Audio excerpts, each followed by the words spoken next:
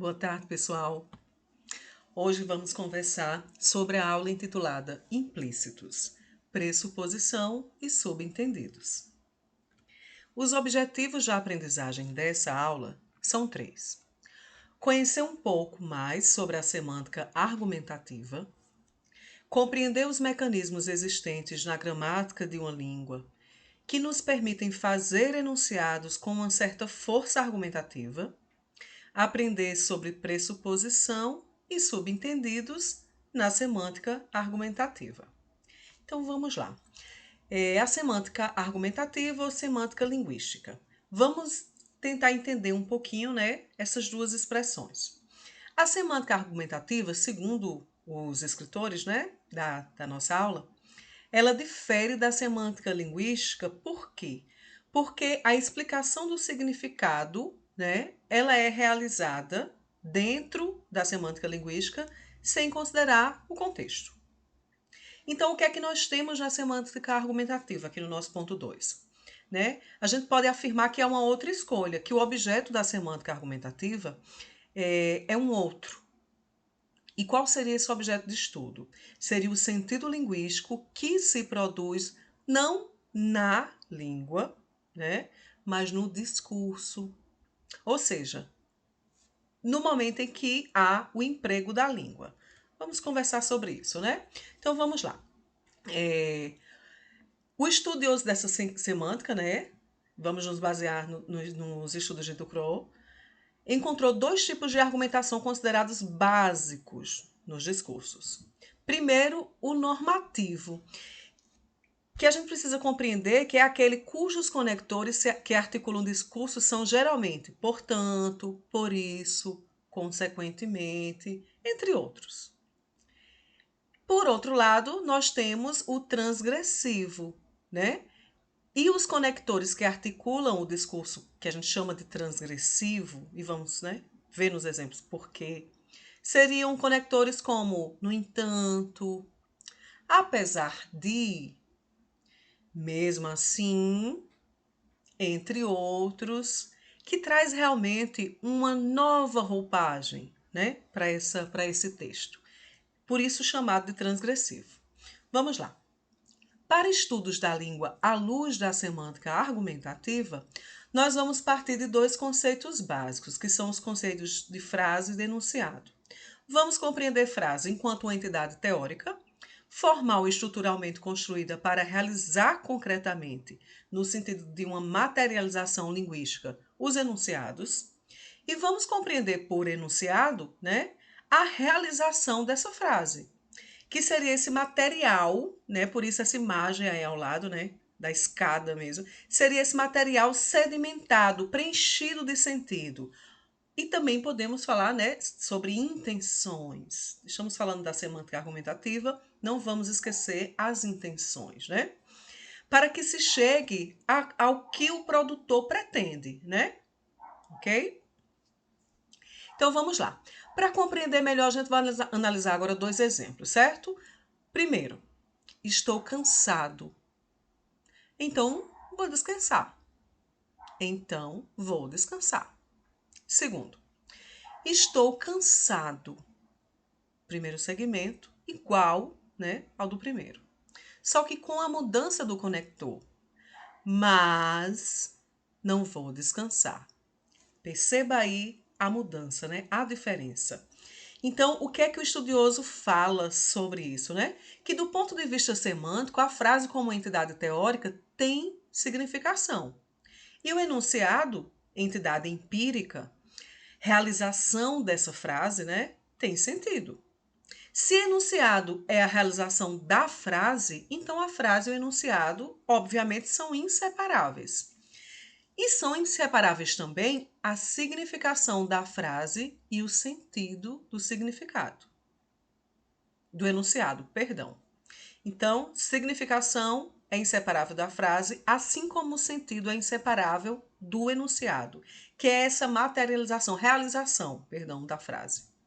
Logo, o sentido é produzido pelo linguístico. Ele até ultrapassa o linguístico, mas ele só é produzido, pelo linguístico. Ele se materializa, ele se realiza no linguístico, o que reitera a afirmação de que ele não decorre de fatores externos à linguagem, né? Ultrapassa o que é dito, mas sem o que é dito, não tem como eu chegar a ele. A significação de uma entidade lexical, ou seja, a palavra, é a orientação que ela dá ao discurso, tornando possível ou impossível uma determinada continuação. Vamos lá. Da orientação determinada pela significação resultam algumas instruções, ou seja, as regras que expressam as possibilidades ou então as impossibilidades de interpretação dos enunciados do discurso. Então vamos ver um enunciado aqui, né? Pedro estuda. Esse exemplo está lá na nossa aula. Por isso é bom aluno. Pedro estuda, por isso é bom aluno. E aí os autores dizem o seguinte, né? Poderia ser também Pedro estuda, por isso tem boas notas. Pedro estuda, por isso é bom professor. E nesse sentido, o verbo estudar, ele já orienta para mais de uma continuação positiva. Algo que realmente é bom, certo? Então, esse verbo já nos orienta nesse sentido. É o linguístico que nos orienta, né, para o que vem a mais, para aquilo que transborda. Por outro lado, impede continuações negativas, como mal, ruim. Então, existe um mundo ali de possibilidades, pelo que foi escolhido dentro do léxico, né, que amarra o que é dito. E a gente precisa compreender por quê. Porque compreender isso nos torna melhores leitores, melhores produtores, nos torna melhores professores, né, da língua. Como pensar no ensino da língua, considerando a própria leitura e a escrita, sem compreender esses recursos expressivos, né, da semântica argumentativa dentro do texto e como eles se comportam. Então vamos lá. Você não tem como você dizer assim, ó, Pedro estuda, por isso é mau aluno. Pedro estuda, por isso tem notas ruins. Pedro estuda, por isso é mau professor. Pedro estuda já orienta para algo que está dentro de uma gama que pode ser até muito ampla de possibilidades, mas que exclui outras coisas, né? Então, existem algumas impossibilidades como essas que eu acabei de falar, né? A orientação, gente, dá conta também dos efeitos subjetivos, né? E também intersubjetivos do enunciado, resultado da união desses aspectos, quer dizer, da relação entre o locutor e a locutário, o que torna a semântica argumentativa também uma teoria da enunciação. Falar, nós sabemos, é construir e tratar de impor aos outros uma espécie de apreensão argumentativa da realidade. Não existe uma fala neutra, um discurso neutro, não é? Nós estamos sempre tratando de impor aos outros uma espécie mesmo de apreensão argumentativa da realidade que nos cerca, né? De como nós percebemos essa realidade. Ao enunciar, de acordo com os autores, né? O locutor argumenta sobre a realidade ao estabelecer comunicações, né? O que indica mais uma vez que o sentido assim produzido não é representativo da realidade.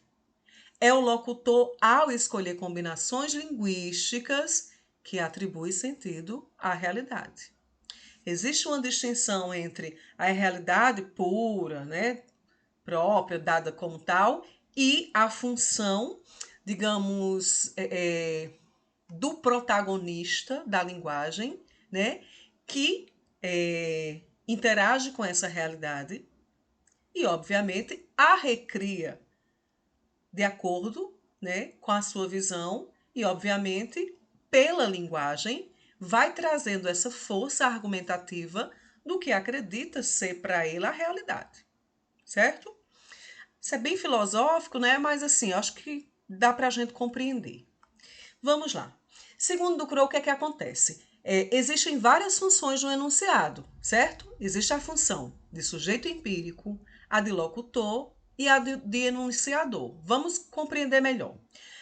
A função de sujeito empírico, né? A primeira que foi colocada. quer dizer que é um ser de carne e osso, um ser realmente no mundo, e esse não é objeto da semântica argumentativa, certo? Não interessam à teoria as condições externas da produção da linguagem. Seu objetivo é o de descrever o sentido criado por um locutor, que é um ser de fala.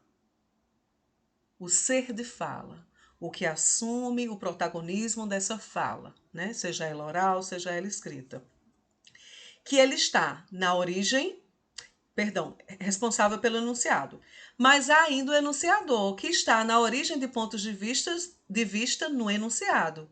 Os enunciadores não são pessoas, mas são pontos de perspectiva abstratos, que estão, né, dentro, ou melhor, na origem mesmo, né, desses pontos de vista do enunciado. Vamos pensar o seguinte, ó. O locutor relaciona-se com os enunciadores. Na negação, por exemplo, há dois negociadores. Um que expressa um ponto de vista e um outro que recusa esse ponto de vista.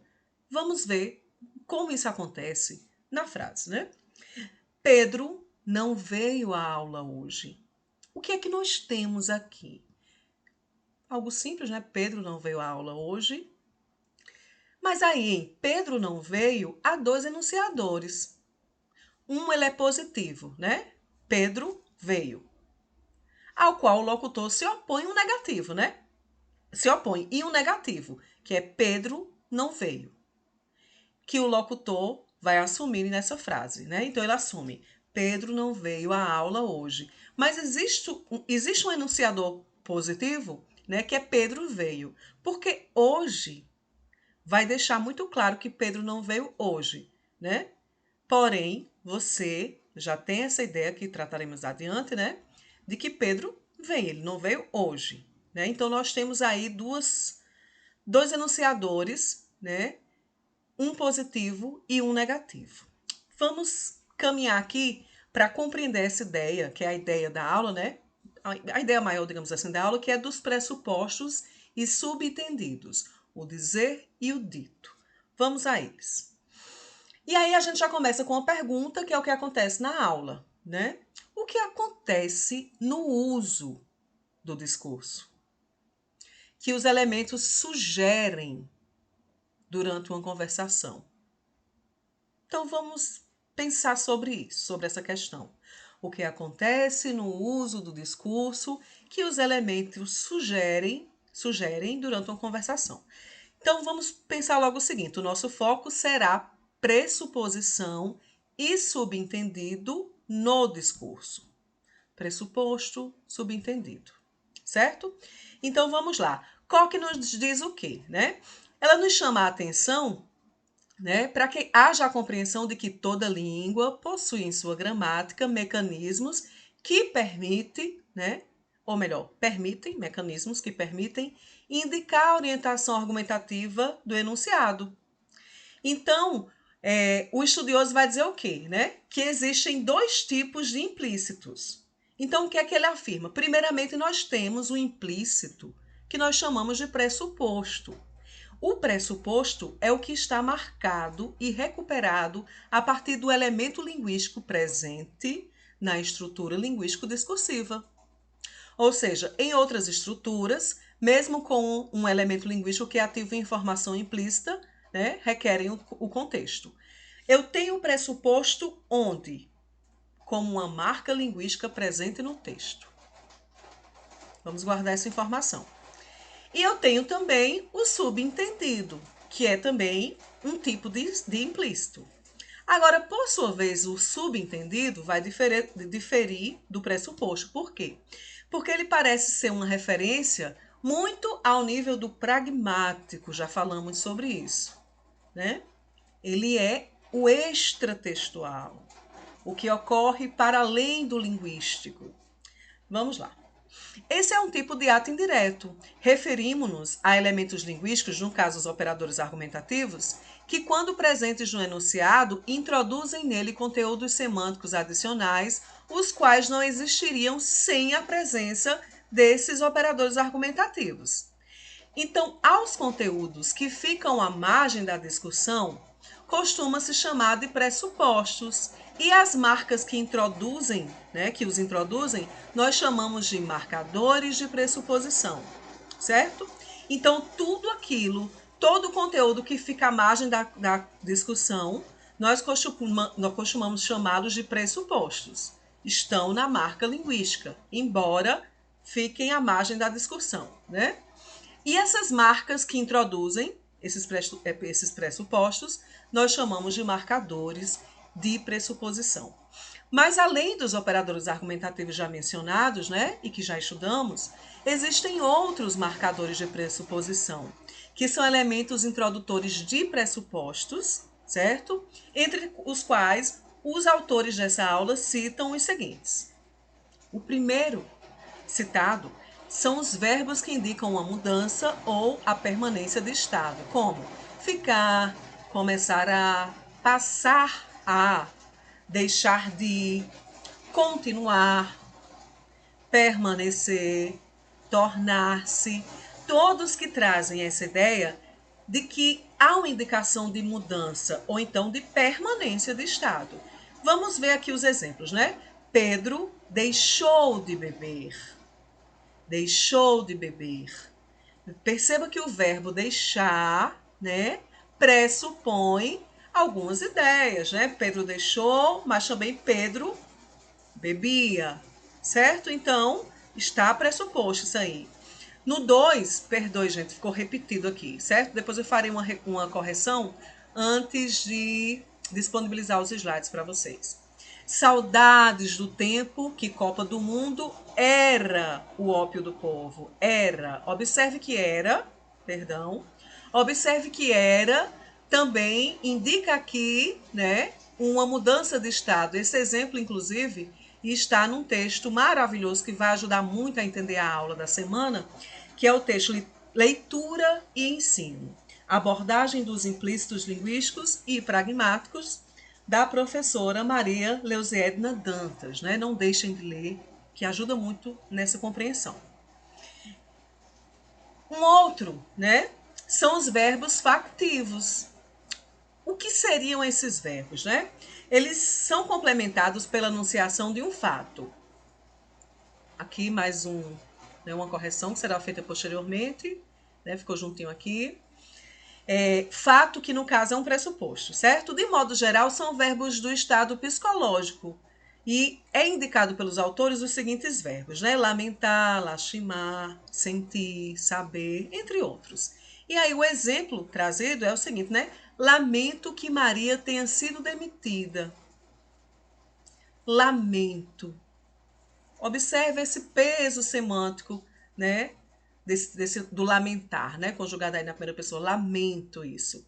Uma outra forma de dizer a mesma coisa é não sabia que Maria tinha sido demitida, né? Então a gente percebe aí, né, que tem essa ideia, embora os autores também digam o seguinte, ó, pode acontecer também uma manobra argumentativa. Por quê? Porque no pressuposto, né? O pressuposto, perdão, pode estar no enunciado constituindo a informação principal dele, embora, né, esteja como um pressuposto. Encontramos em alguns estabelecimentos comerciais e postos de gasolina avisos como os que seguem, né, que eu lerei agora.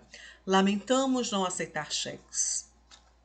Ora, se essa é a informação principal, né, então a gente percebe que existe realmente uma manobra argumentativa nesse sentido, né? Lamento que Maria tenha falecido. É diferente. Percebam, né? A força argumentativa é diferente. Orienta para outra conclusão. Lamentamos não poder atender à sua solicitação. Ora, a ideia de que não se pode atender à solicitação realmente é a informação principal. Então, nesse sentido, né, o pressuposto cumpre uma outra função. Alguns conectores circunstanciais também, né, vão assumir essa função, né, de trazer essa pressuposição dentro do texto, né, na camada linguística ali. E esses conectores circunstanciais, de acordo com os autores, né, você vai compreender especialmente quando a oração por eles vier iniciada vier anteposta. Quais seriam eles? Desde que, antes que, visto que. E aí vamos ver um exemplo. Ó. Desde que Luiz ficou noivo, não cumprimenta mais as amigas. Percebem? Luiz ficou noivo, né? Essa afirmação.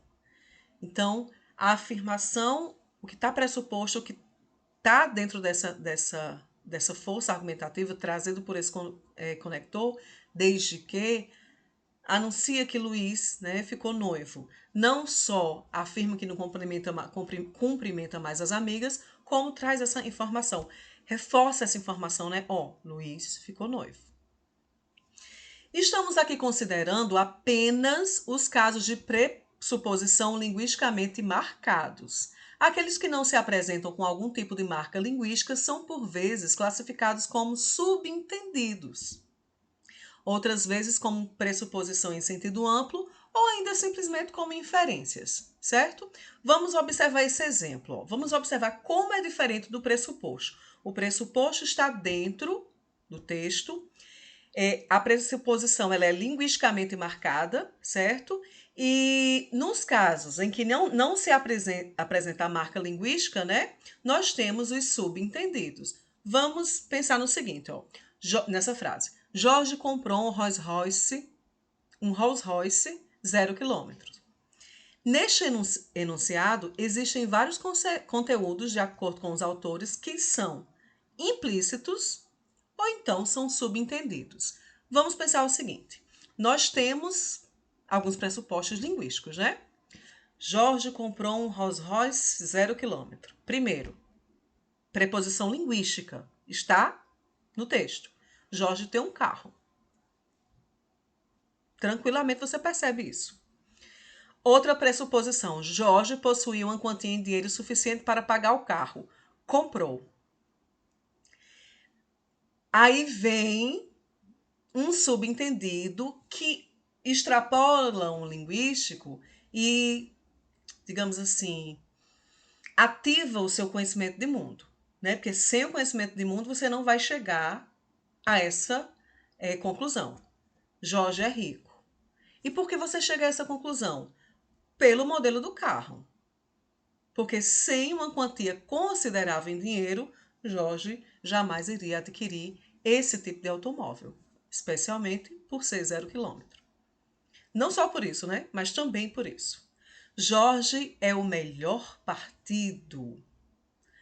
Eis um outro subentendido, que obviamente vai depender de um contexto aí maior, né? Onde se esteja questionando essa possibilidade, né? De quem seriam os melhores ou não partidos, e enfim, uma concepção do que é também o melhor partido, né? E de que junto dessa ideia está associada na nossa sociedade, está, né? Em maior ou menor grau, e provavelmente estará essa ideia, né, do financeiro.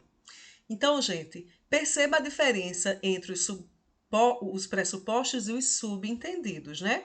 Nós temos essa diferença e a leitura da aula, mais a leitura do texto da professora Maria Leusiedna, vai ajudar muito nessa percepção.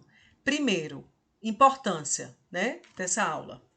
Já falei, mas é importante fechar também com isso, né? Enquanto estudantes da língua, usuários da língua, profissionais da língua, nós precisamos entender que ler, que está para além do decodificar, já sabemos disso, né? Nos pede, nos solicita, né? Lembrar aqui do poema, né? Ter as chaves, né? Para decifrar, né? Não só o poema, mas qualquer tipo de texto. E essa ideia de saber diferenciar e saber compreender, né, o que são os implícitos, como eles atuam, né, a pressuposição, os subentendidos, como a professora Leusiedna já fala no texto. Compreender essa diferença, trabalhar com os alunos essa diferença, trabalhar também enquanto leitores, né, e produtores de texto, esses conectores, ver como a gente faz isso no dia a dia, né? Compreender que o texto é feito de elementos linguísticos, mas também de vazios, como a autora fala muito bem. E esses vazios não podem ser desconsiderados na nossa leitura, não podem ser desconsiderados na produção dos nossos textos e não podem ser desconsiderados no trabalho em sala de aula, enquanto docentes, né, junto aos nossos alunos. Se estamos ensinando ou vamos ensinar a ler e a produzir texto, precisamos trabalhar os aspectos linguísticos, né, que estão presentes no texto, na ideia de pressuposição, né, e também a ideia do que fica subentendido. E aí, mais uma vez, a gente vai sempre, né, caminhar, lembrando aqui, né, do que é semântico, do que é pragmático. Então, a leitura da aula, a leitura dos textos, né, que estão disponíveis na biblioteca, são muito importantes para que nós possamos compreender, possamos nos apropriar e possamos, obviamente, ser melhores leitores, melhores escritores e melhores profissionais dentro da nossa área, né? Então, por hoje é só, né? Agradeço imensamente a vocês e nos encontramos posteriormente, né, nas nossas web aulas para tratar das dúvidas, de algumas pendências e comentários que sejam, né, pertinentes e necessários para o entendimento da aula. Até mais!